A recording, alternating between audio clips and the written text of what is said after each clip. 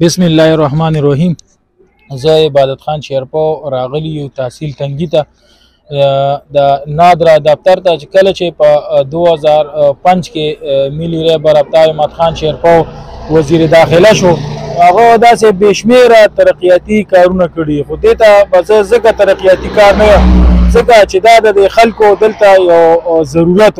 او هغه دا ضرورت دلته راوړو د عوامو تحفه کې پیش کو. نو دې حوالې سره موږ سره د یونین کونسل تنګي چیرمن حاجي وحدت خان صاحب ولاړ دی، هغه نه به پوښتنه کوو چې دې حوالې سره هغه څه وایي. بسم الله الرحمن الرحیم. ډېره مهرباني عبادت وروړه. څنګه چې تاسو ته پته راو زموږ د تنګي تحصیل تنګي عوامو ته پته را چې په تحصیل تنګي کې کوم ځای کې یو غټ کار شوی، اداره جوړه شوې ده، ترقیاتي کار شوی دی. واحد زموږ ملي رهبر جناب ابطال احمد خان شیرپو سکندر ایت خان شیرپو کړې ده. د هغې نه علاوه بل یو پاټی بل یو قیادت دلته کار نه دی کړی. د هغې په کارونو په دغه کې دا یو نادرا هم راځي چې دا یو غټ تکلیف و 2005 پورې زموږ د تحصیل تنګي عوامو لپاره چې زه به خپله ما خپله ډوډۍ شناختی کارت سازوم، زه خپله چارسدې ته تللم او پوره یوه ورځ مې لګېدلې وه او هغې شناختی کارت دپاره داخلې دپاره هغې کې دا یو زموږ یو غټ ضرورت و چې کله ملي رهبر ته لږ یو موقع میلاو شوه او وفاقي منسټر شو په 2005 کې، نو زموږ د تحصیل تنګي عوام هغه له یو ټولګي په